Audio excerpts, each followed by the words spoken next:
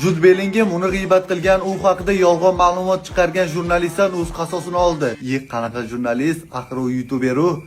O'sha youtuberdan qasosini oldi va hozir men sizlarga bu voqeani batafsil tushuntirib beraman. Undan oldin esa kanalimga obuna bo'ling. Bu futbolga oid eng yaxshi sahifalardan biri. Unda boshladik do'stlar.